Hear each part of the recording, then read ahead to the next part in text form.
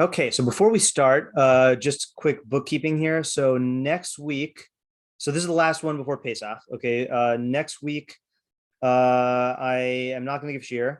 The week after that is Pesach, so I'm obviously not going to give shiur. The 17th, it depends because I'm scheduled to fly out on a red eye on the 16th and arrive on the 17th in the morning. So depending on how I am, how tired I am, then maybe we'll have shiur that night. Maybe we won't. You'll have to wait until then. But 24th should be a good scheduling time. Okay, so I'll try to announce that later. Okay, let's get started here. We're on 12:10, which is okay. So I mentioned this in the announcement. I feel like this pasuk, I won't call it easy, but I think it's very accessible, and I feel like we're gonna get a lot of ideas. And so it'll be interesting to see how this goes. So if you're in the mood for a workout tonight, this is not gonna be a workout. Okay, there's gonna be more of a like shmork. Okay, Yodea Tzadik Nefesh Behemto V'Rachme Resha'im Achzari. Who would like to try to translate the initial translation?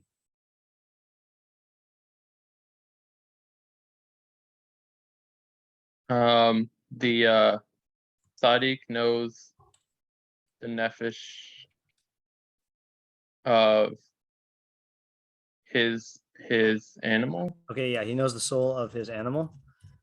The Rachame Resha'im Achzari. And the compassions of Resha'im are cruel. Okay, but the compassions of, or I'm going to say mercies. Compassions, okay, but mercies of the Resha'im are cruel. Okay, now I did see, I would have also said cruel because Achzari is cruel, but some of the meforshim say that it is that it's a noun, cruelty. Okay, so I don't know where they got that from, but that's that. Okay, so Sadigon, so there's no Metzus Tzion. Sadigon translates it, he translates Yodea as mefakeach, which means, in fact, you know what, I'm going to just quickly, since this is modern Hebrew, I'll be right back. I'm just going to get my Hebrew dictionary. I mean, pikeach is to be like, to have like your eyes open, but I just want to see what mefakeach means. I think it means to look out for, but let's see, mefakeach is to inspect. Yeah, okay, so the tzaddik, he translates it as the tzaddik inspects afilu nefesh behemto, even the soul of his animal. V'rachme harashayim ha'achzarius. Yeah, so he says it as a noun. But the mercies of the wicked, of the Resha'im, are cruelty. Okay. Targum, I think, is just a straight translation. Yadea tzadika nafsha de beire, v'rachamehon de rashi nachzrayusa. Okay, so that's just a translation. Oh my goodness, how embarrassing! I forgot to do my English translations here. Okay, so we're having to do it live. So let's see what the Art Scroll says. Okay, so Art Scroll says the righteous one knows. Oh, so they add in the needs of his animal's soul. Okay, but the mercies of the wicked are cruel. Living Nach, which I have to get here, says, I have a feeling these are going to be mostly the same. It's probably not a big deal that I didn't have them. So the Living Nach says, where are we here? A righteous man knows the nature of his beast, but the compassion of the wicked is cruelty. Okay, and then, so I got to leap up and go get the altar. Hold on.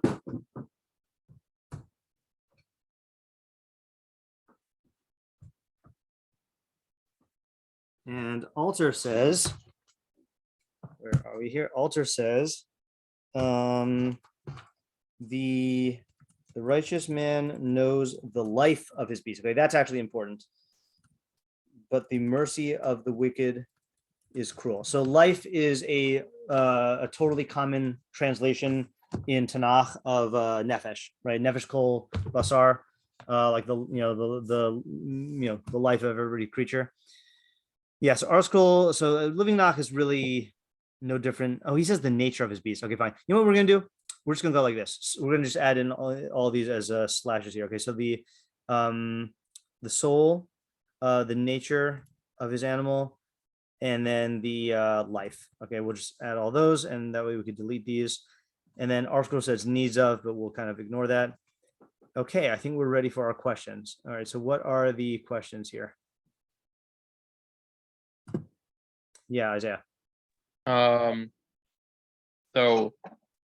are the rachamems that the Resha'im do towards animals? No, Okay. that's the word. Are the rachamim? Yeah. So okay. So in other words, you're saying that the Tzaddik's knowledge seems to be about the animal. So is the Russia's mercies towards the animal also? Yeah. Okay. Yeah. So is the Russia's mercies mercy limited to the animal, like the direct opposite of the first half? Yeah. Okay, Alex. Is it talking about like literal animals or Okay. like metaphorical ones? Is this talking about a literal animal, or is this a metaphor? And here's an interesting thing. So, my usual method is we assume that it's talking literally unless we're forced to otherwise. I'm actually kind of surprised at how many of the meforshim who usually like opt for the literal one take this metaphorically. It's possible because it says the soul of his animal, and maybe that's like an opening to the metaphor, but we will be more open to taking this metaphorically this time, but I still want to look at the literal as much as possible. Yeah, Ariel. Yeah, like what's the opposite? Okay, what do you mean? You mean how are the two sides opposites? Yeah. Yeah, okay, right. How are the two halves opposites? Right, because on the surface it does not seem to be talking about mercy here in the first half, and or knowledge in the second half. So it doesn't quite seem opposites. Yeah, Rivki? Yeah, for the second half, unless it's like a hyperbole, which it could be, I just don't really understand it like logically. Because how does that even make sense? Like the Yeah. mercy. What does it mean that the mercies of the Resha'im are cruelty? Okay, cruelty. Okay, if they're mercies, how can they be cruel? Okay, cruel. Yeah. Yala or Naomi? Yeah. So on the first half, I guess it makes more sense if you say nature, but specifically if you say soul or life, what does it mean that the tzaddik knows the soul or life of his animal? Yeah. All right. So that is going to be a basic question. So let's split that into two questions. Let's split that into three questions. Okay. I hope I'm not stealing anyone's questions. Okay. Oh, sorry. Hold on a second here. So we already talked about what is animal here. So let's just actually, what does animal mean here? Okay. So that's one question, which we already have. Then we have, what does soul, or let's say just use the Hebrew term nefesh, okay, refer to here? And then what does it mean that the tzaddik knows the nefesh of his animal? Okay, Tamar. I think related to question 3. So I know these are two different translations, but I think it's maybe worth asking, is it specifically talking about the soul of his animal, or is it even the soul of his animal? I think those are two different reads. Okay, right.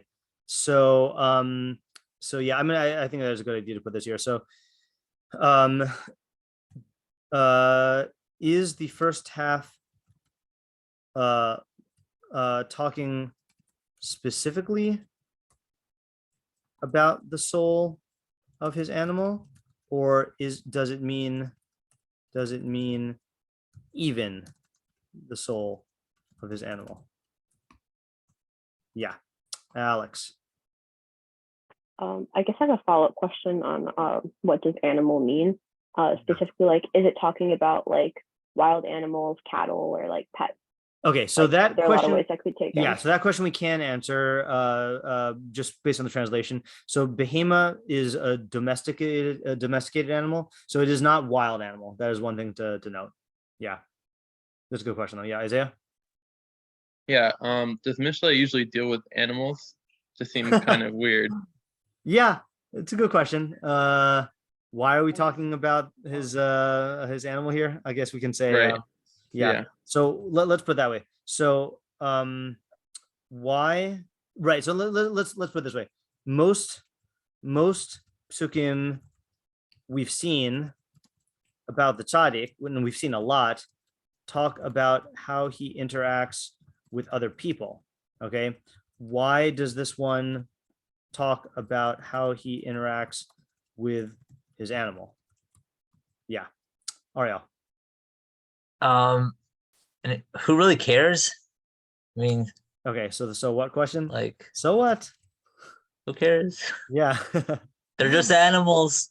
Right. Okay. Right. I'm just joking. I don't mean like. Yeah. No. you know, I think we need to but- answer that question, right? So what? What is the consequence of the Russia's mercies being cruel? Right. It doesn't say the consequence, right?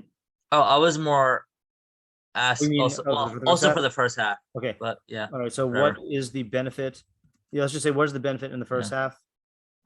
In the first half, and the consequence in the second. Mhm. Yeah. Tamar. I guess also what does Rachamim mean in this context? Yes, good question. We did not ask that. I'll ask that before rookies. What does, well, let's just add both. What do mercy and cruelty mean in this context? Okay, Ayala or Naomi.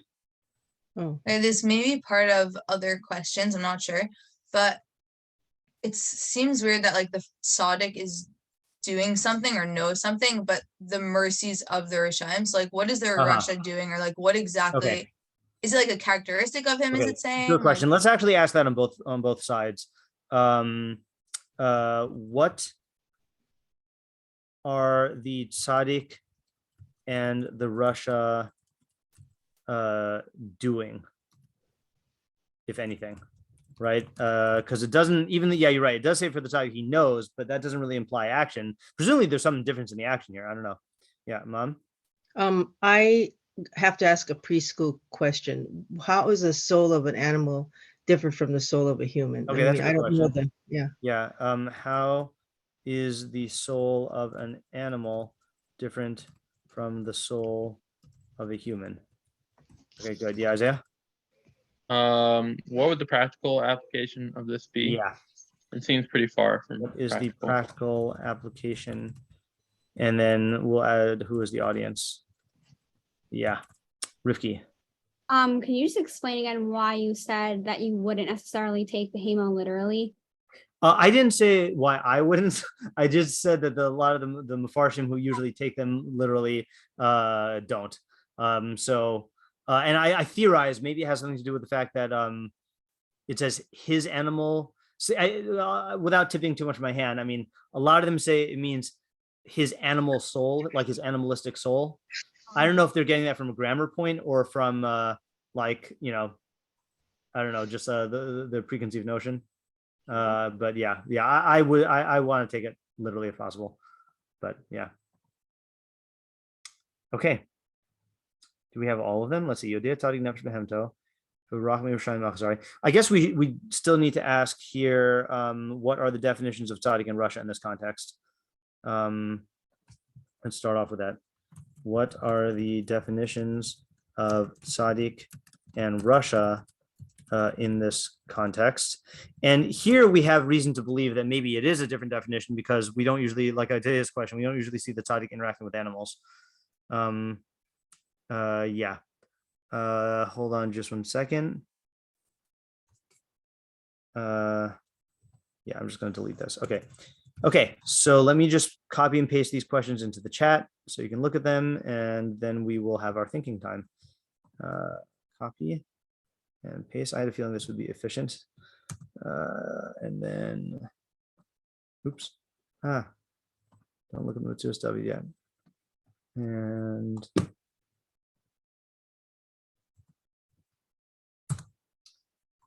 if I may give a, not a warning, but if you find yourself coming up with a really quick idea, then make sure it is clear, because I have a feeling it's going to be very easy to get 80 to 90% ideas here and not carry it all the way home. So let's try to like push ourselves to the utmost extent of clarity. Okay, so let's have our thinking minute.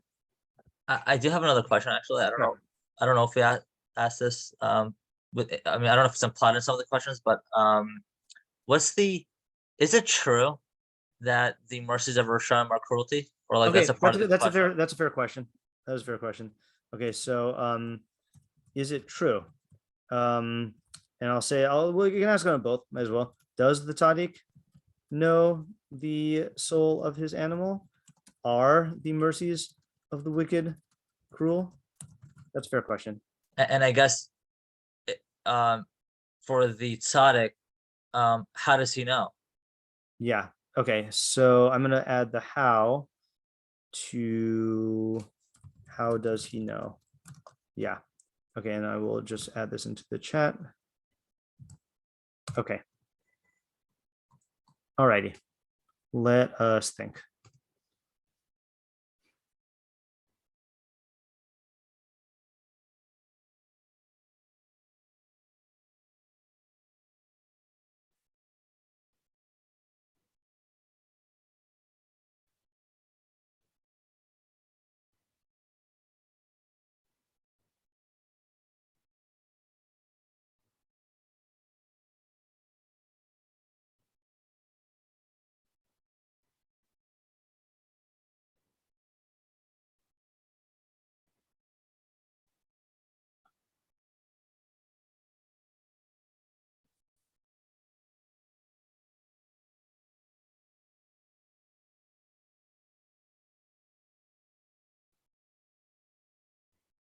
Anyone have anything? Okay. I was a little surprised to not see hands flying up here. Okay, is it Okay. oh wait, did Rifki have her hand up and then lowered it? I didn't realize that it was too fast. Like I had an idea I'm gonna call, but then Okay, I guess we'll start with Isaiah then. Yeah. Go ahead, I Isaiah. didn't expect to be first. So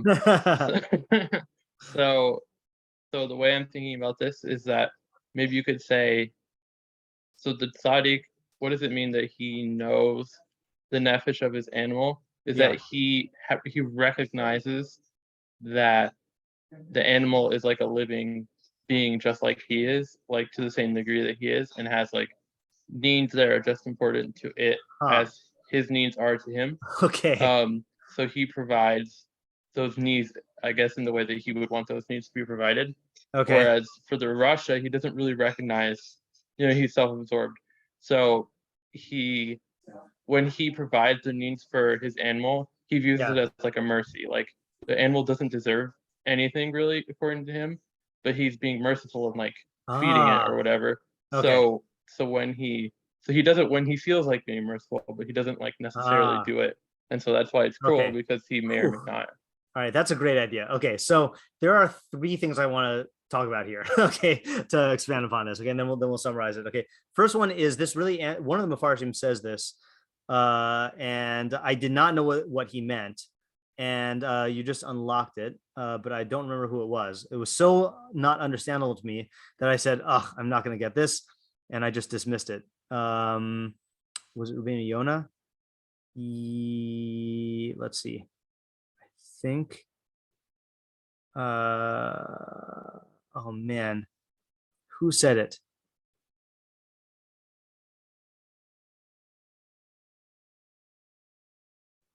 Just 1 second here. All right. Well, maybe we'll have to actually look through the meforshim later. Just 1 second. There was someone who quoted a chazal that said something like, the person who treats his animal the same way that he treats himself, then something good. And I was like, what is that supposed to mean? Like, I don't want to treat the animal the same way I treat myself, but I think you're explaining it, which is he recognizes that his animal is a creature who obviously is different than him, but has needs just like he does. Oh man, I cannot see it right now. Okay, so that was okay.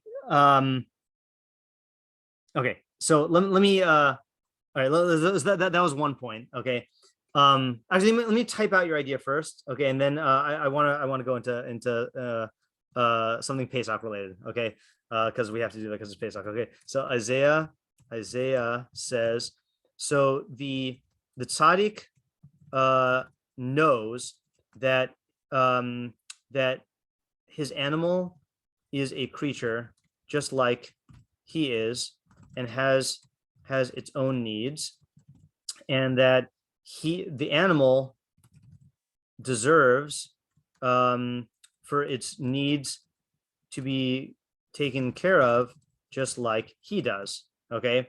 The Russia, you said, doesn't view his animal as having like rights to his needs being taken care of. Therefore, he only provides its needs as an act of, and this is quote unquote mercy, right? I think meaning like it's not actual mercy, it is like the feeling of mercy, right? Yeah, definitely. When he feels he feels like it, okay, which will inevitably result in cruelty because he's not caring for his animal's needs. Okay, so I know I just gave a share on this on half of this on Friday, but we got to go to the Ramban and Bo, okay, because and we're going to talk about the purpose of the world and human existence, okay, and Pesach, because this says it so nicely. This is not in a Mishnah. Hold on. So this is those who did not hear on Friday. This is the quote unquote famous Ramban at the end of Parshas Bo, which everyone should read many times throughout their life, at least every couple years, if not every year. Let's see him here. Okay, so he says,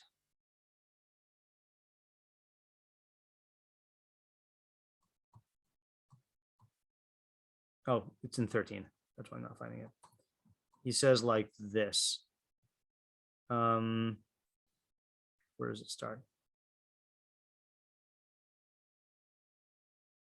Yeah, he says like this. The kavanas kol mitzvos, the purpose of all the mitzvos. Okay, and I'm not going to try to prove what he's saying. I'm just going to read what he's saying. We'll just get the idea and apply it to Mishlei. The purpose of all the mitzvos, shena'amin be'Elokeinu, is that we believe in our God, v'nodeh elav shehu barano, and we acknowledge, or we gratefully acknowledge, that he created us. V'hi kavanas hayitzira. This is the purpose of creation. She'ein lanu tam acher biyitzira harishona. There is no other purpose to the, I don't know what he means by the first creation. Ve'ein le'elyon b'tachtonim chifetz milvad zeh. And the only desire that God has in the lower existences is this. And here's the line: Sheyeda ha'adam v'yodeh le'elokav shebara'o. That man should know and gratefully acknowledge to his God that he created him. V'kavanas romamus hakol b'tfilos. And the purpose of the lifting up of our voices in tefillah, v'kavanas bate knesius, and the purpose of gathering in shul, uzuchus tefillas harabim, and the merit of the tefillah of the many. Okay, this is the shir this is what I wanted to give shir on for David's answer to the question of a tefillah b'tzibur on Wednesday. We'll see if we do that. Is zehu, is this sheyihi libnei adam makom yiskabtu, that there should be a place for people to gather, v'yodu lakel shabara'am v'himtziam, and gratefully acknowledge to God that he created them and brought them into existence, v'farsimu zeh v'yomru lefanav briosecha anachnu, and that they publicize this and they declare before him, we are your creations. Okay, so this idea of recognizing, I mean, I remember Rebbe gave a shir on this. I have no idea what shir it is, that it's the idea of recognizing that you are a particular creation. You happen to be a human being who is the highest physical creation on earth, but you are a part of God's system of creations, and you're just one little creation, And I think a person who has that systemic worldview, who the tzaddik is going to have, because the tzaddik recognizes everything in terms of systems, is going to realize that his animals are his animals are creatures of God just like he is. And we did this last year in Mishlei. Sorry, not Mishlei, in Tehillim. I know I've quoted this many times, but I'm going to quote it many plus one time. In Tehillim, it says, Tov Hashem lakol v'rachamav al kol ma'asav. Hashem is good to everyone, and his mercies are on all of his creations. And Radak says, Afilu lemine hachayos v'abehemos v'haovos hu tov v'merachim. God is good even to the species of wild animals and domesticated animals and birds. He is good and merciful. It's proper for a person to follow these paths. A person should only destroy a living creature if there's a need. Or to protect himself from their harm. That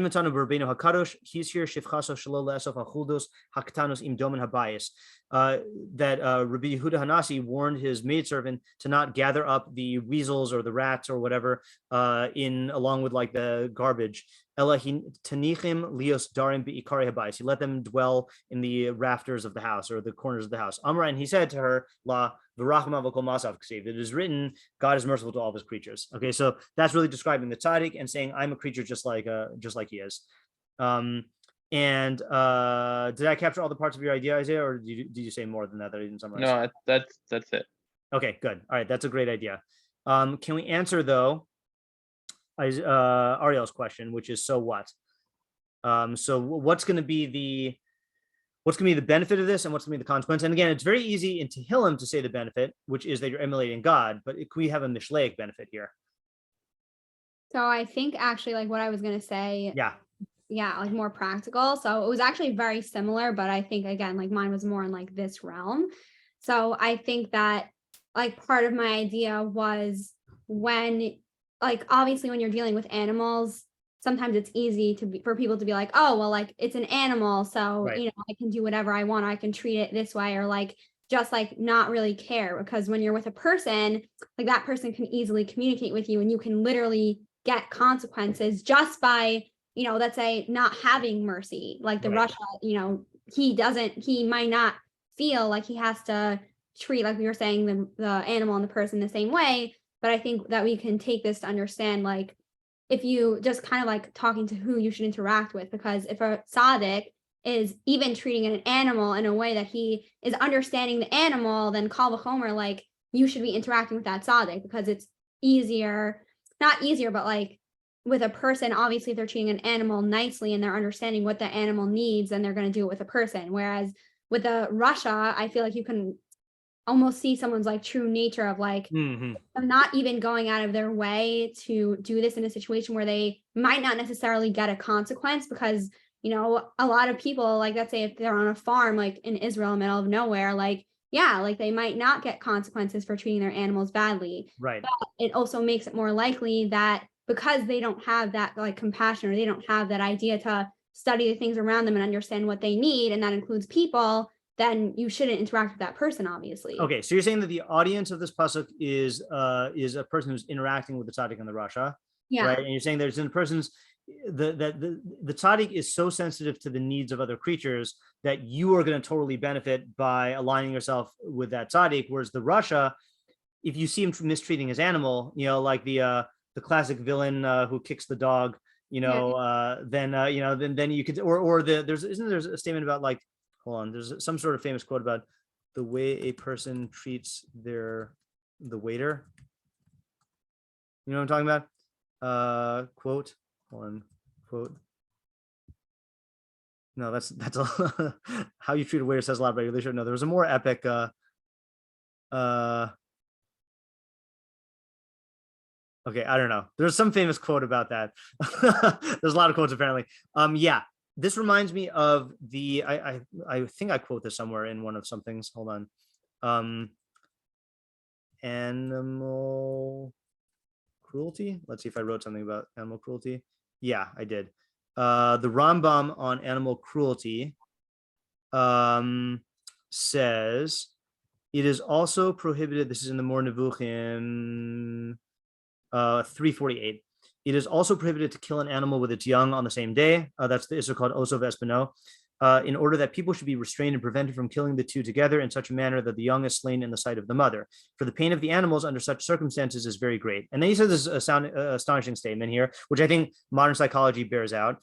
There's no difference in this case between the pain of a human being and the pain of other living beings, since the love and tenderness of the mother for her young ones is not produced by rationality, but by imagination.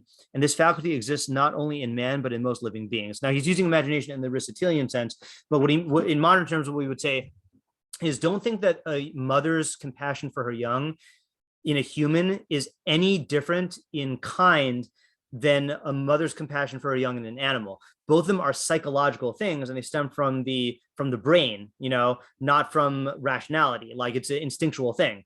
So therefore, like when you treat, don't dismiss an animal mother over her young and her pain if it's the same as a human. This law applies only to an ox and a lamb, because out of all the domestic animals used as food, these alone are permitted to us. And in these cases, the mother recognizes her young. Okay, then he says, and here's Rivki's point, the same applies also to the law which commands us to shoo away the mother bird when we take the young.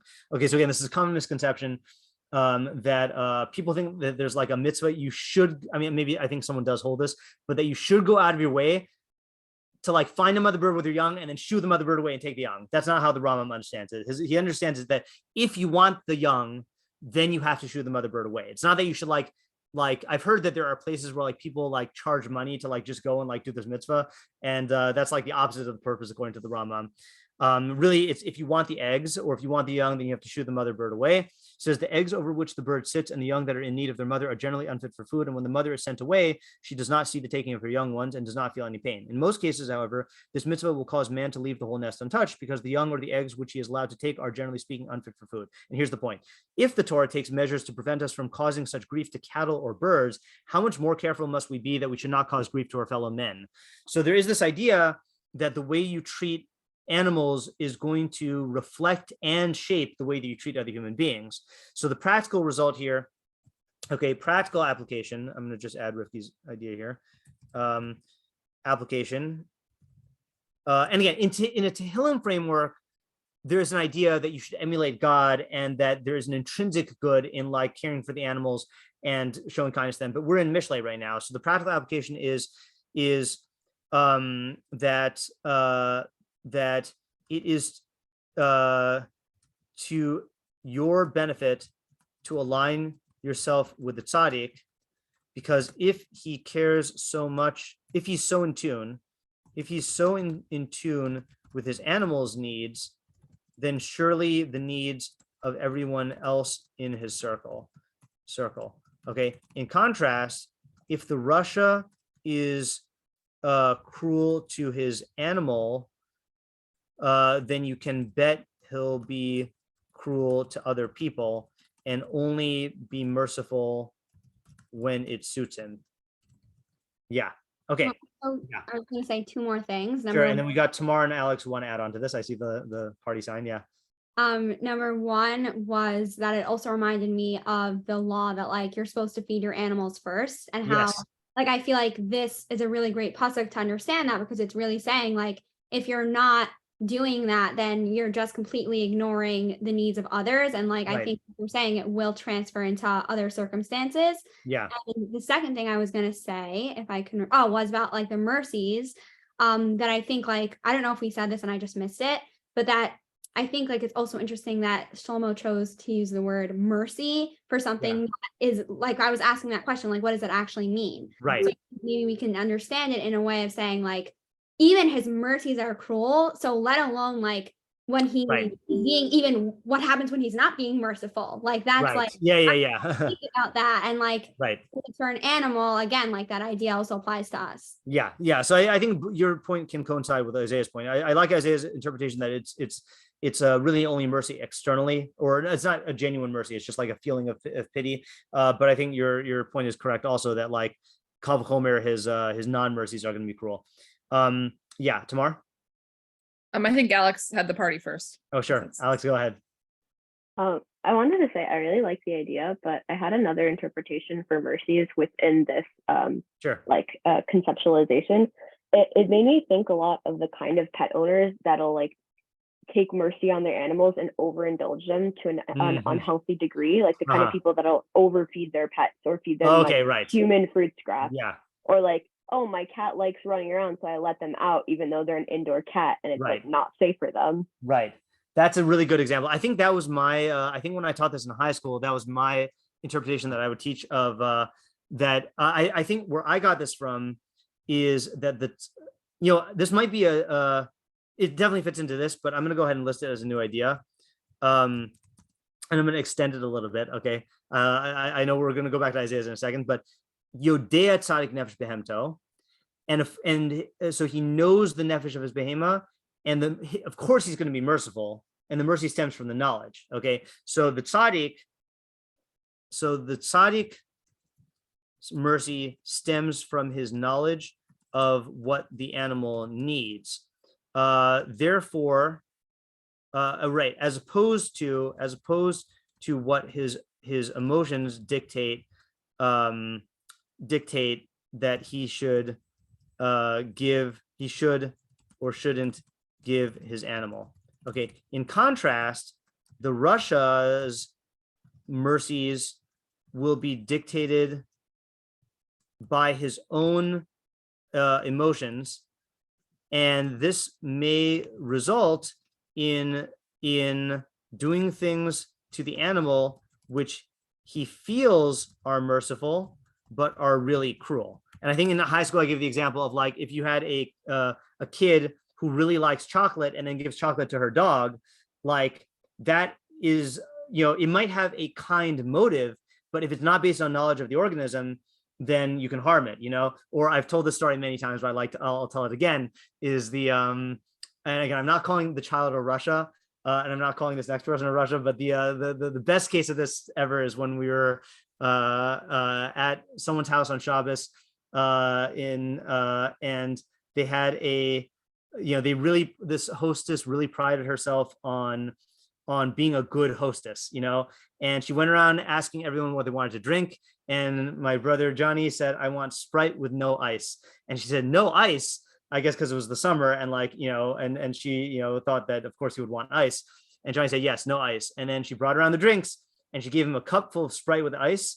And Johnny looked at her and she said, "It wasn't cold enough for me," and she said that explicitly, and it became very clear that what she cared about was doing things that made her look like a good hostess, not actually doing what her guests wanted, which is what the actual definition of a good hostess is. So the question, according to this interpretation, I hope I'm being faithful to what you're saying, Alex. I'm just expanding it into the other stuff. Question according to this is, why would you use such harsh terms as tzaddik in Russia? Tzaddik, I understand, because tzaddik is the one who's going to understand, tzedek is, as we've seen in the Rambam, I think we've seen this here, is in the Rambam, in the second to the last chapter of the Mora Nevuchim, or the last chapter, hold on. Rambam in the second to last chapter of the Mora Nevuchim defines tzedek as granting to everyone who has a right to something that which he has a right to, and giving to every being that which corresponds to his existence. This says merits. Okay, that's a bad translation. So tzaddik, it makes sense. Is someone a being who can discern someone's nature and then do what's in line with that? So how is it using Russia? Is it just using Russia because it's the opposite of tzaddik, or is there an idea of Russia here? Yeah, Rivki? Yeah, I don't know if this would make sense, but I was thinking that could we say that it's more about studying nature, that if you study nature and we assume that the tzaddik is doing that, that's where his knowledge is coming from, whereas the Russia is the complete opposite of that, okay. And that's where the feelings come in. Okay, it uses Russia as the extreme opposite of the tzaddik who studies nature, right? The Russia is only interested in himself and his own self-interest, okay, which will be expressed in how he treats other creatures contrary to their natures. Okay, I think Tamara is next, maybe. And this could go on either this idea or Isaiah's idea. Yeah, I actually have something to say about the specific thing about why he maybe uses Russia. Yeah. Which is, I think, when someone is trying to be, let's say they're trying to be kind to the animal, but if the Russia's really seeing everything as about himself, everything is coming into his own picture and maybe his own self-image or something. So he's gonna, let's say, I don't know, give his animal food that's not good for it or something because it makes him feel good.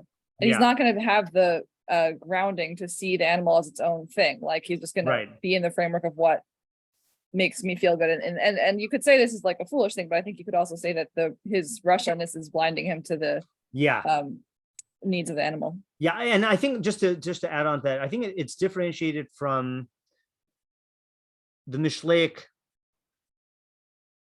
Yeah, maybe my example with the little kid is not a good example, because a Mishleic fool would just think in the short-sighted way of like, well, this tastes good, so it'll taste good to my my dog, you know. But the Russia, it's like a fundamental thing about how the Russia operates in the world that's blocking him from ever seeing like what another organism needs. You know, it's a much more fundamental thing. So I think that's being brought out here. Yeah, Ariel, did you have something on one of these? Yes, Okay. I did. Sorry, I apologize for not keeping track. But yeah. No, it's okay. I kind of had a question on both of them, really. One is, does this take into consideration, you know, like the tzaddik knows? Like it seems like, you know, like the first half of the pasuk, at least like you know, the tzaddik knows a nefesh, you know, but it doesn't really talk about. I mean, so the nefesh of the nefesh doesn't really talk about like his activities towards it. So like, Yeah, I'm curious. I think I can answer that. Okay, So I go think for this it. is one of these psukim where you have to like put each half into the other half. So the tzaddik knows the soul of his animal, and his mercies are merciful. The Russia doesn't know the nefesh of his animal, and his mercies are cruel. Okay. Yeah. Now my other question is, like, is it meaning like, I feel like this could apply to anyone. Why is it specifically talking about a tzaddik and a Russia? Right. It's like So, not everyone. I'll be honest with you. Like, I'm not a Russia. I hope I'm not a Russia. And like, I don't really know, you know, stuff about animals and like. yeah. So I think that is that was the point that Tamara was bringing out here with that that you cannot really be a tzaddik, you cannot do tzedek unless you know the nature of the beings you're interacting with, because the definition of tzaddik, the way we've been you know, developing it for the last 2.5 years here, based on the, you know, largely on that Rambam, is like you relate to each being based on who they are and what their place in the system is, you know. So you need both those knowledges. You need knowledge of what their needs are as a creature, and then how they fit into the system. So it is using tzaddik because the tzaddik is going to be the most capable of rachamim, of mercy, based on his knowledge, and the Russia is going to be the most fundamentally blocked from knowledge because he's so blinded to the system because he wants to impose his own system. So like, it's not that a chacham can't have mercy or a fool can't you know, have cruelty, but like it's going to express this idea in the fullest way, because what makes or breaks your mercy is a quality that is like embodied in the tzaddik and like blocked from the Russia. So I might be missing something, but can I just ask another question? Yeah. Meaning like, okay, if I'm not, okay, fine, I understand, you know, the tzaddik, you know, like why, you know, like the first side of the pasuk where the tzaddik knows that, like, he knows whatever nature and this, that, whatever. But like, I still feel that, you know, the Russia, it's more of an extreme, you know, like, I don't know if it really needed to say Russia, because like, I feel like most people don't. Okay. Really. So usually I don't do this. Okay, but I'm gonna answer your question with another Mishlei pasuk that will, maybe it'll be maybe you'll have the same question on this, but I think this will illustrate I think this will justify Mishlei's usage here. I think it's the last pasuk in 13. Tzadik ochel l'sova nafsho ubetem Resha'im tachsar. A tzaddik eats to satisfy his nefesh, but the belly of the wicked is lacking. And so if you look at, I think Rabinu Yona or the Meiri or both on that, they say that it means that the tzaddik eats, he uses a nefesh here not to mean his, there's two ways that people learn. Some say that nefesh means like his mind, like he eats in a way that it helps his mind, but there's another way that nefesh refers to like your physiology, like your nutritional needs. So the tzaddik eats to take care, based on what his body needs, but the Russia eats based on taste, you know, and his belly lacks means that he's going to cause himself health problems. Okay, so you see from that idea that the way you treat yourself as a creature also is classified as being a tzaddik or a Russia to yourself, you know. So like, in other words, the Mishleic definitions of tzaddik and Russia really have to do with how you relate to God's creatures, and you are one of God's creatures.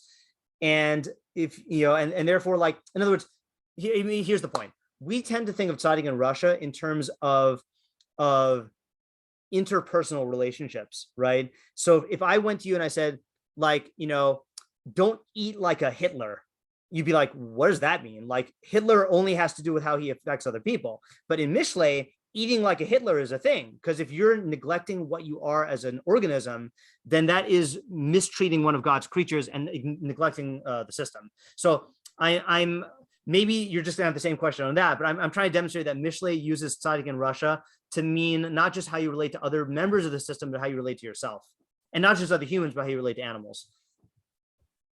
Yeah, I think I understand what you're saying. Yeah, just didn't think about it. Yeah, it's expanding our definition of the scope of tzaddik and Rasha is basically what I'm saying. Okay. Were there any other party signs for people who wanted to comment on these ideas? Yeah, I maybe have something to say also. Oh, sure. Sorry. Yeah, I keep on forgetting that the party thing doesn't shift you up, so I didn't see it until I shifted down. Yeah, go ahead, Tamara. Okay, sure. Yeah. So about this again about the tzaddik versus Rasha thing, I'm just trying to put a finer point on it based on what you're saying also. Like, I think if it was talking about like a chacham and a ksil or something like that, then it would be like setting it up that the cruelty to the animal is because of like a short-term benefit versus a long-term benefit. Yeah. And I think it's not about that, right? It's about being able to see the animal's needs as a reality or something like that versus fitting into your own framework. Yeah, I'm actually going to write that as a separate thing here, even though I think this complements both ideas. So tomorrow, so why is this talking? Is this about a tzaddik and versus Rasha rather than a chacham versus ksil? Okay, so the answer is, if it were the latter, the focus would be on short-term versus long-term consequences, but that's not the point. That's not the point here. The point is that the way tzaddikim look at creatures will dictate how they relate to all creatures, and the reverse for and the Rasha is blocked from that view. The Rasha is blocked from that view. This point, I'm just going to say this as my notes, this point is far more fundamental than short versus long term. Okay. Whew, good. Okay, Alex. I had another point on this. Sure, yeah, go ahead, Ayala, yeah. Just a small comment. If are you able to scroll back to the translation? I feel like this answers my question about why it was written this way. I think it's really cool because the tzaddik knows the nefesh or of the animals. I feel like the focus there is on the knowledge of the nefesh of the animals. Right. So he's just trying to like align himself with that knowledge. Whereas the mercies of the Resha'im are cruelty. It's saying like the Resha'im are like doing these random actions, which they think are mercies, but like amount to nothing but cruelty. But it's like the focus is on the Rasha's actions. Right, exactly. And the lack of the knowledge, right? In other words, it's not, yeah, right. Yeah, that is good. So this is an example of like the type of, when we ask a minor question or stylistic question, this is the type of answer I like, that it fits in just really nicely. And it's expressed the idea nicely. Yeah. Okay, good.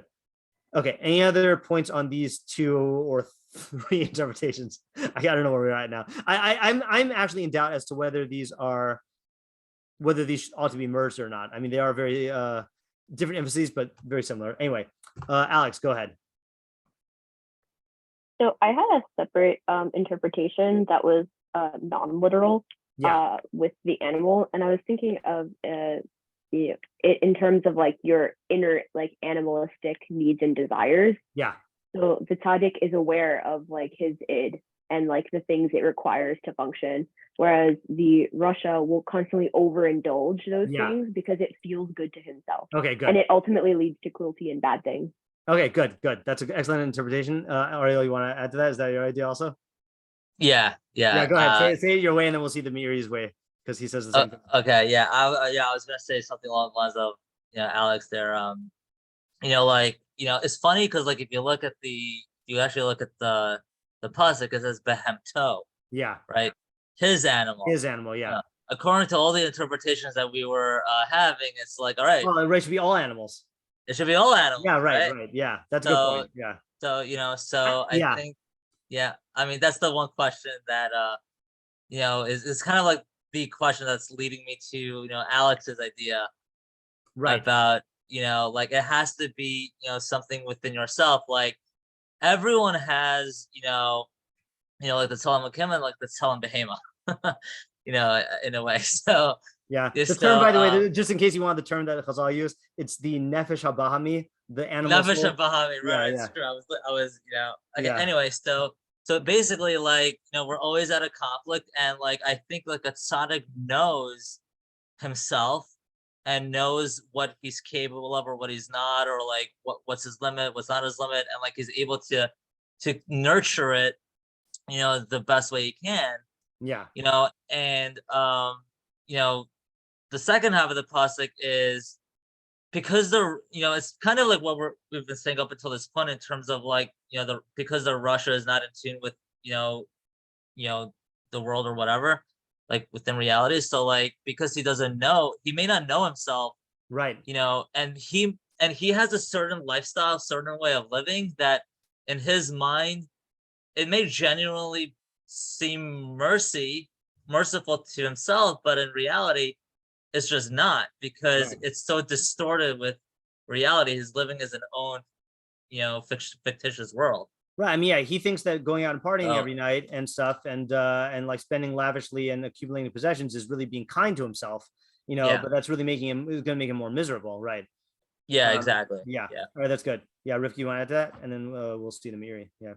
Yeah, I'm just gonna say, I guess like I don't think that this is not supposed to sound attacky. I just don't think that it's a disproof to take it literally to say like, right. Yeah, you could say that this is how he relates to his animal, right? Yeah. No, meaning no, not even that. Like I think like it could be like an even further proof for the other like approaches to take it literally, because you can say that, like you're not saying his flock, because you're saying specifically like even one animal in the flock, right? Or the flock, and yeah. But I think that is a good point, and I think Shlomo wrote it this way with a deliberate ambiguity, and I do like the way Ariel explained it, that it is interesting that it says, that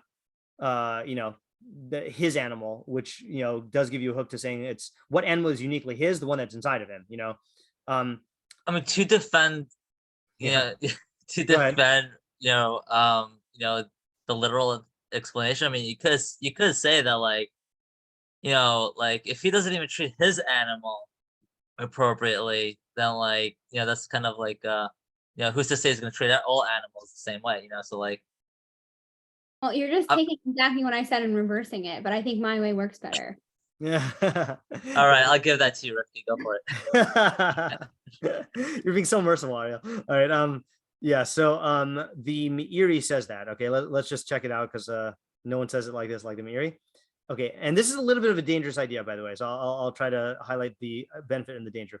V'derech nister, in the allegorical meaning, kara hanefesh hachiyunis behemto. It's calling the material soul, which is what we call the animalistic part or the psyche, behemto, his animal. V'hum inyan hashgacha v'hisbonenus. And when it says yodea, it means supervising and understanding. Klomar she'eno mimisa lagamre. He does not kill it totally. Okay, so it's not like that one saying that emotions are bad. It's not that he kills it entirely. Rag mashgiach umizbonin b'inyana. He watches over it and he contemplates it, he analyzes it. Lahanhiga kafi hatzorach ha'hechrechi, to govern it based on what it needs. Just like man's physicality, which again in modern terminology would say man's psyche, okay, like your emotions are on a higher level than animal emotions. Because they are finer, okay, they're more refined. I don't know what that means in Aristotelian. Okay, maybe he's going on a total Aristotelian idea here. The physicality of the tzaddik is superior to the physicality of the Rasha. Lazakus chomro uladakuso yazov hamosros v'yinhag nafsho v'ta'avaso kfi haroi b'chuka. And due to the purity and sublimity of his physicality, he will abandon excesses and he will behave towards his soul and his desires based on what is a proper amount. This is compassion and mercy on his soul. The Russia,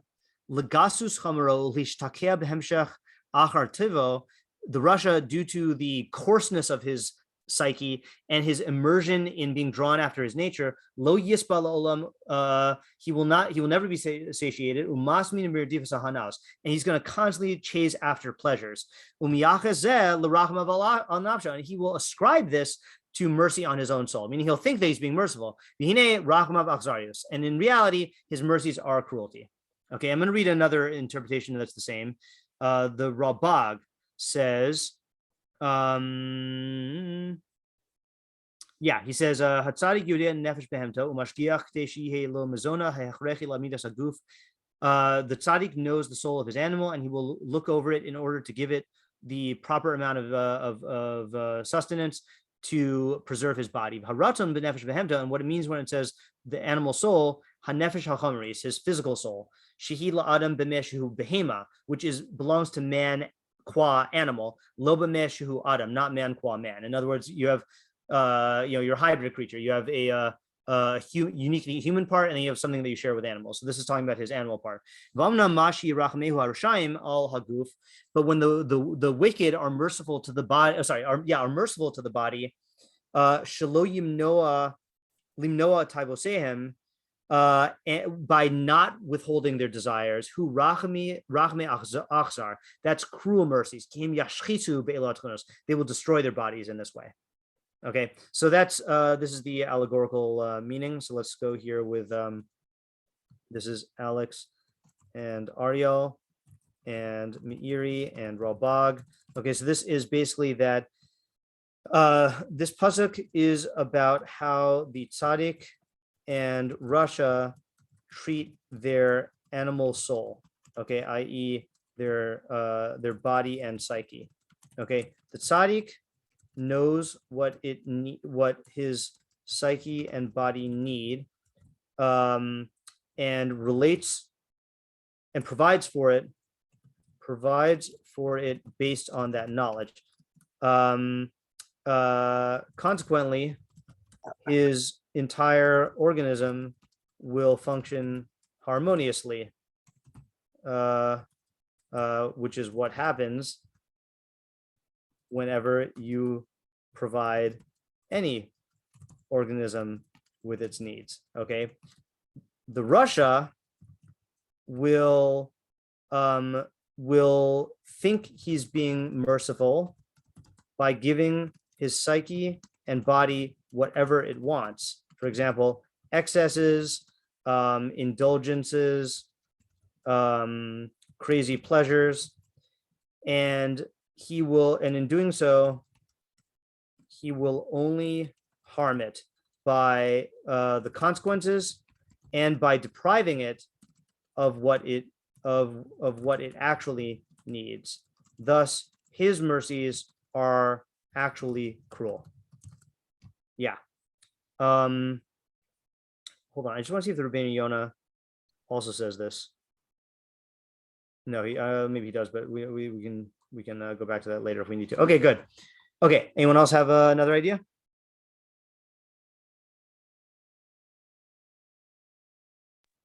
Are there others? I don't know. Let's look at Rביnu Yona, because I think Rביnu Yona is a little bit in line with our first two. Someone has a party hat up. Oh, okay. Who? Let's see. I don't see. Oh, wait. I saw something. Yeah, Moshe. Yeah. I mean, why would Meiri and Rambam read that as like, what purpose does Rachame serve here in their reading? Because he's saying that it's describing his perception, that the Russia thinks it's merciful, and it's really the opposite. And that's a big thing, because I think that there's a big mistake that people make when they define the action not based on the results but based on the motive, and that's what they say, that the path to hell is paved with good intentions. Like you could be acting out of good intentions, but the question is, what are you actually doing? Yeah. Okay, let's read Rביnu Yona. Okay, so there's one approach that no one has taken, which I don't blame you. Okay, for not taking it because it's not intuitive. So he says, let's see, does Rambam Yona say this one? Yes. Okay. So I'll say it ahead of time just so you can like orient your mind. He says that animal refers to a poor person. Okay, which sounds really mean. Okay, but he says, so actually, let's look at the pasuk we had last time. Okay, because he connects it to that. So the last pasuk we had last week was Tov Niklev Evedlo Mimis Kabid V'Chasar Lachem. Better to be a degraded laborer than someone who feigns honor and lacks bread. Okay, so we're talking about, last time we said that we're talking about two people who are in states of poverty. Okay, so Rבינו Yona learns this as a continuation. He says, once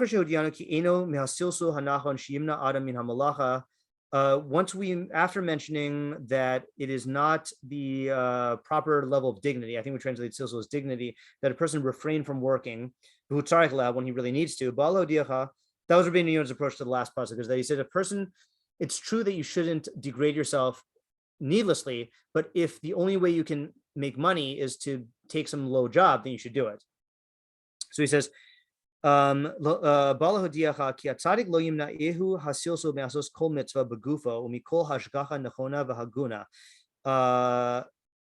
he says the tzaddik will not refrain on account of dignity from doing every mitzvah with his own body, and from any proper level of supervision. He will not like leave it to someone else. He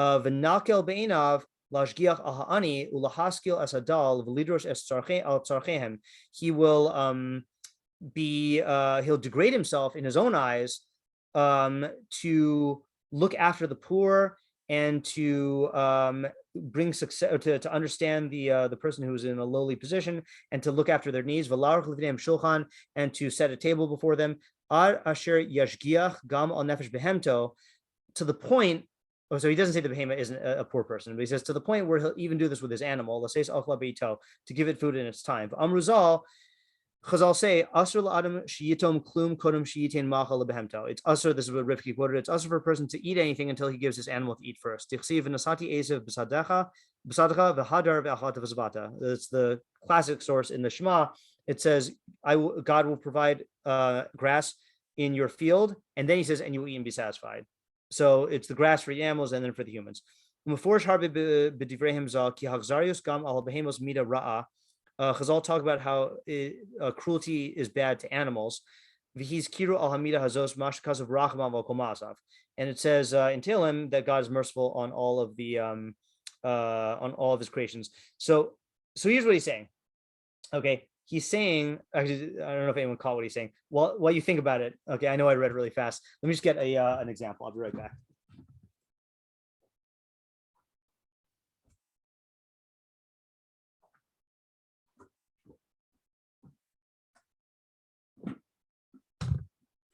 Okay, anyone catch? I know I read it and translated it fast. Anyone catch the idea?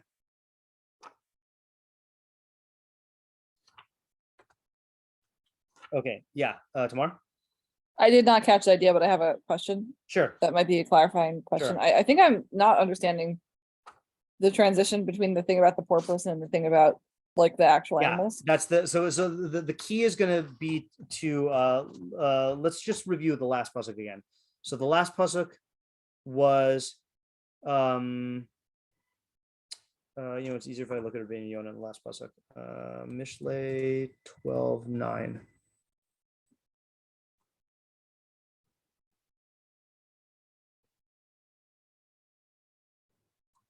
Rבינו Yona said,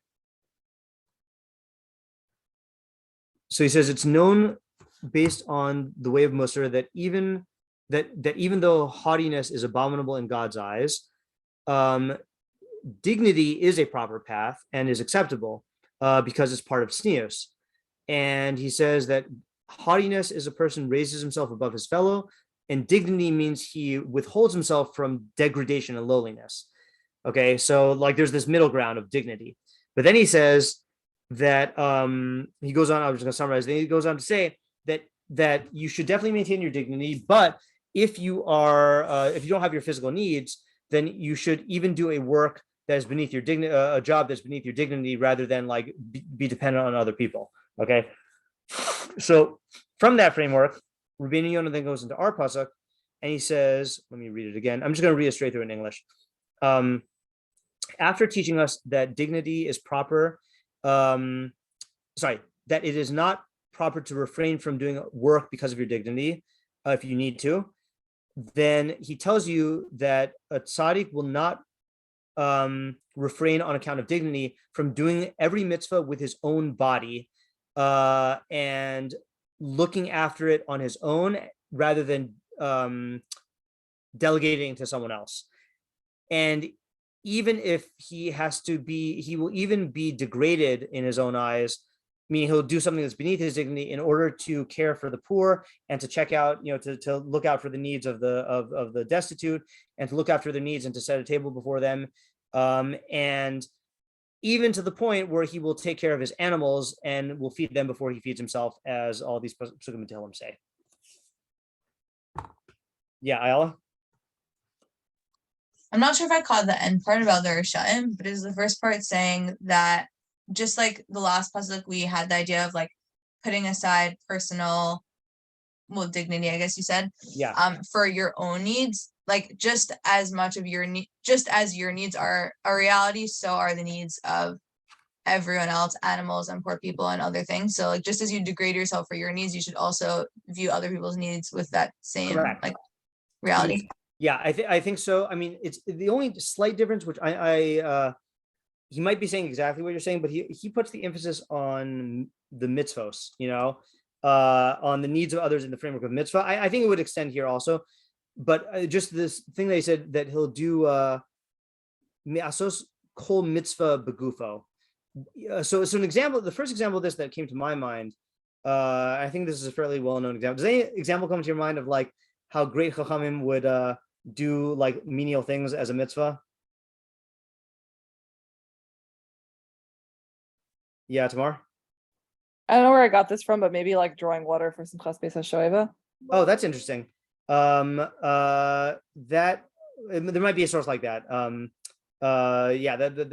just not aware of that one. Yeah, Isaiah?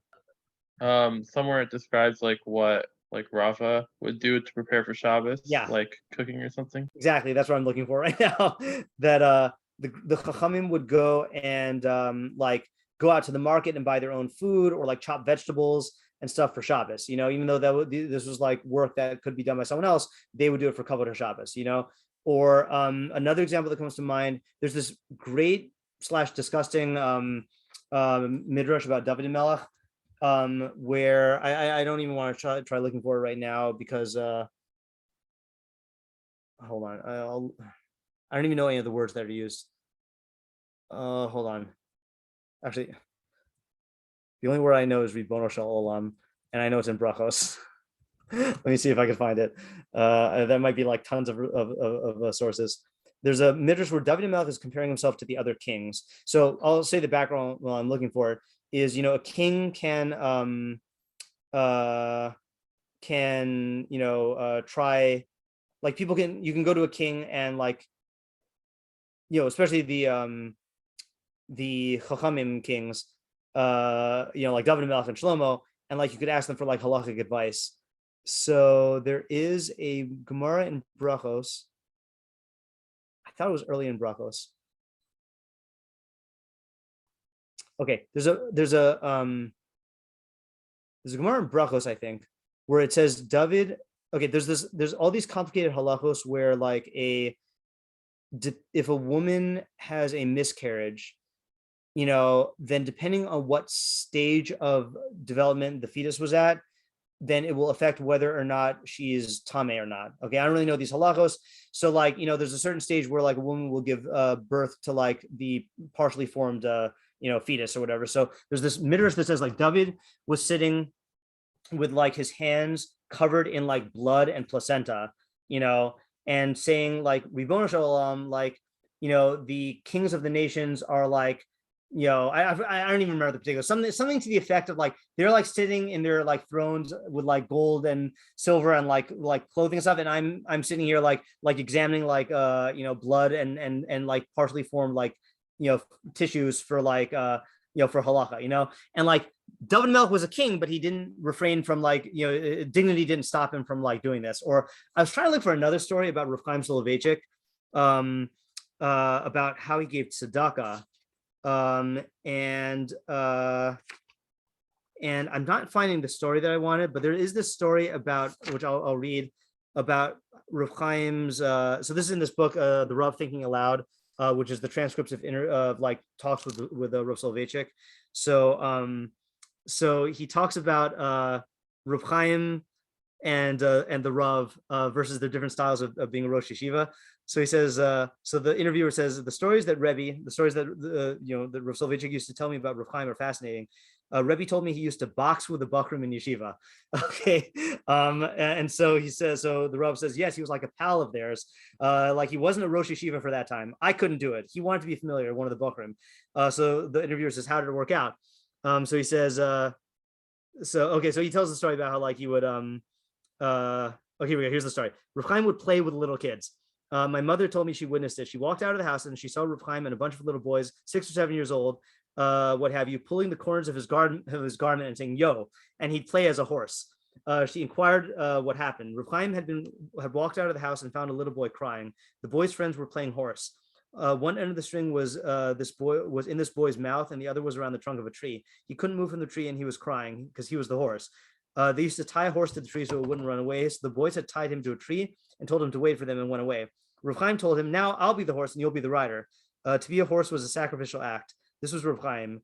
People in America, the Yeshiva Book are not like that. So you're saying how like he goes through a bunch of stories about how Rav Chaim would like play with little kids, or like there's other stories about how he would just like there would be constantly poor people coming in and out of his house, just like, and he would just be helping them, and like you have to understand, like a Rosh Yeshiva back then and certainly now, like people would say like that's beneath their dignity, and Rבינו Yona saying like no, a tzaddik will do whatever it is for the mitzvah because this is for kavod Hashem, and there's no kavod ha'adam with kavod Hashem. I mean, I'm kind of adding that in, and he's saying that this will even extend to feeding his animals. Now, again, we are in a society where there are pets, so like maybe we can understand this. And I don't really know what the pet culture was back then, but you got to imagine like a great chacham going out and like feeding his animals before he eats.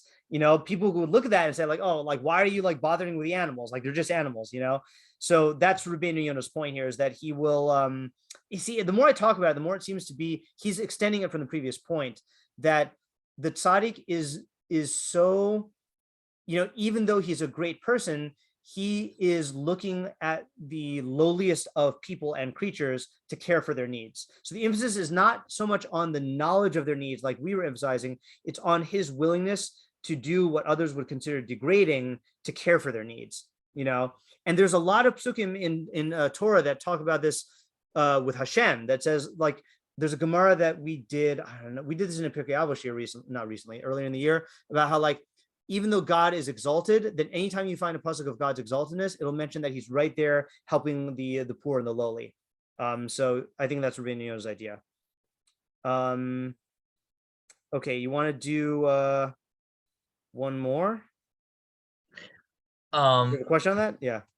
Well, not really a question, more like a comment on Sure. that. On that story with Rav Chaim. Yeah. With the horse and that game. Yeah. Like, so the story was like he was sacrificing himself and putting himself in that situation just so that for the kids to like, he saw the kids who felt bad that the kid had been made a horse, so like he took the horse's position. Got it. Yeah. Okay. I wonder what kind of game that was. What are the rules of that game? I don't know. Yeah, Ella? Pretty interesting. Yeah.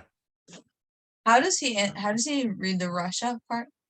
Oh, yeah, he doesn't say much about the Russia. He just says, Achzari shem davar kamo achzarius. So he says they are cruelty. Yeah, so I guess we have to infer it because the next thing is another interpretation. So yeah, what would Rבינו Yona say about the Russia? Yeah, because how is it mercy? I understand how the Russia is not going to do this, right? But what does it have to do with the mercy being cruelty? Okay, well, you know what? Maybe, okay. Let me read this anyway. Maybe he's just saying this other interpretation is for the, the spacing is weird here. I think this is part of it. Gam yesh lefarish, you can also explain shu shem toar, that achzari means it's cruel, not cruelty. Okay, then he says, Va'inyan gam beis rachme haresha, even when the Russia is merciful, is merciful, who achzar, he's cruel. Ki im yitain tzedakah la'ani, if he gives tzedakah to the poor person, yeh misnahig al derech achzarius, he will act cruelly towards the poor person. V'yabo hadavar al panim rabim, and this will come about in many ways. Kagon, for example, im yachil ani beveso, if he feeds the poor person in his house, lo yashgiach alav, he won't pay attention to him. He won't look after him. Lo yikarvehu, he won't bring him close. Lo yaspir lo panim merov sraraso, and he will not smile at him due to his own authority. V'yoshivehu b'shefel hamakovos, he'll put him in the lowly places. V'yenhag asmo derech bizayin, he'll act in a degrading manner towards him. V'al hadoma lezeh amar yesh machil la'aviv pisyone v'tordo min ha'olam. Chazal say that there could be a person who feeds his father pheasants and is driven out of the world. So I had to look that Gemara up, that if you do kibbud av aim, then even if you're giving your parents great things, but you do it in a disrespectful way, then you lose the credit. And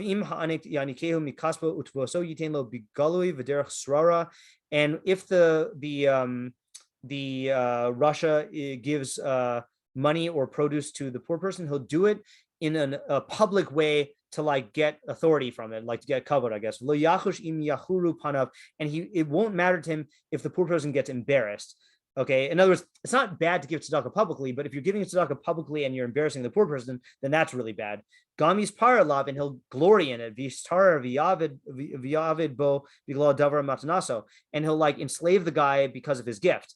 He'll make him feel indebted. Asher nasan lo yachush b'hal banas panav. He won't care about embarrassing the guy. Because I'll say that if you embarrass someone in public, then you lose your chelik olam haba, or you don't have a chelik olam haba.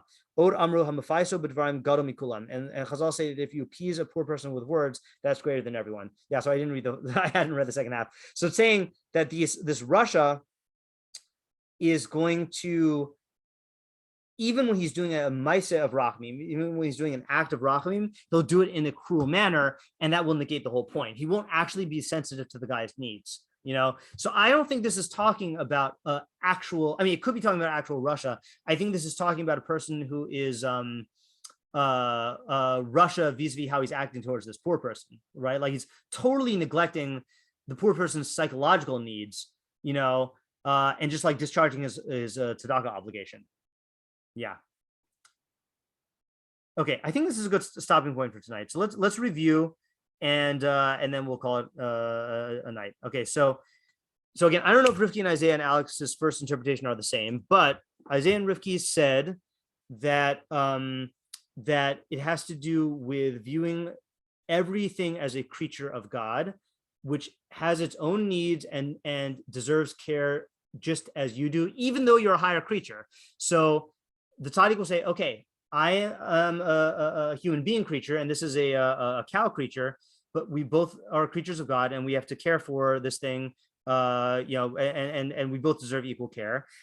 And the Russia will say, no, this is just an animal. And the Russia will even say that about other human beings. He'll dehumanize other humans because he's so locked into his own perspective. And Rivki suggested that the purpose of this is to point out the benefit of aligning yourself with the tzaddik, that the tzaddik will help you in this way if he even helps his animal this way, and to distance yourself from the Russia, who, if you see him treating his animal this way, then you can only guess how he's going to treat you. Alex said that the emphasis is on the fact that the tzaddik's mercy stems from the knowledge of what the animal needs, not what he feels is good for the animal. And if you just go based on your feelings of mercy, that can end up harming the thing because you're going to overindulge it. You see parents do this with their kids all the time, of spoiling them, or being too easy on them to a way that prevents them from growing. And we mentioned that the reason why it uses tzaddik and Russia is because the tzaddik's very definition is going to be what allows him to do this. The fact that he's gaining knowledge of everything and knowing how everything fits into God's system. Whereas the Russia, because he only wants to impose his own artificial system on reality, which glorifies himself, he will be absolutely blocked from from thinking about the world in this way. So he's kind of the only kind of mercy he'll be able to do is when he feels compassion. There's a great scene in Schindler's List, by the way, where they convince I know there's a lot of bad guys in Schindler's List because it's Schindler's List, but like the main Nazi, who's played by the actor Ray Fiennes, who plays Voldemort, the Schindler convinces him. He says, you should try, like, I forgot the words, but he's like, you should try like being nice and like using your power to like pardon people. And like for a while he goes around saying like, I pardon thee, or something like that. Like he like lets people off the hook. And then he basically decides like, it's not working out for me, because he's only doing it in a kavod Russia type framework where like he wants to do the mercy as an exercise of his own power, not because he knows that these are actual like human beings that actually have needs, and like he just doesn't get anything out of it, so he stops doing it, whereas Schindler was doing it based on seeing in the movie, I think doing it based on actual humanity. Okay, that's Alex's first idea. Okay, and then Tamar added the point. Oh, I guess I summarized that there. That this is not about long and short-term consequences.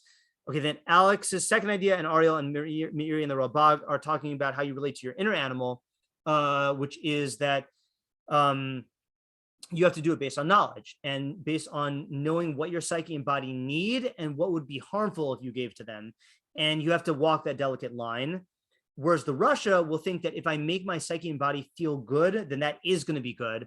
And if he does that, he's going to end up destroying his body based on depriving it of what it needs, and also like bringing about consequences by not supplying its real, by the indulgences. I want to make one more point before I forget. I mentioned this is a dangerous idea.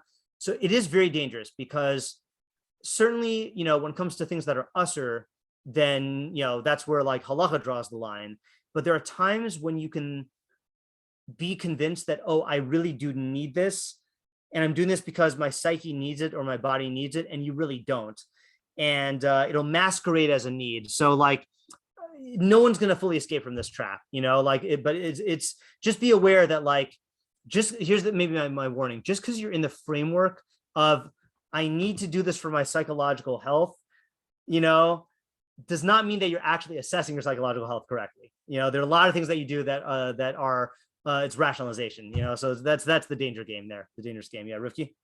Yeah, just another point, and this might be similar to what Rambam or Yona was saying, but I'm not sure. Yeah. That I was thinking another reason why Shlomo could have said like his animal is because like obviously animals aren't really able to take care of their needs, especially like the domesticated animals. So okay. It's kind of like a kalvakom where like, like the tzaddik is taking care of their needs because they can't, and then the Russia isn't even doing it.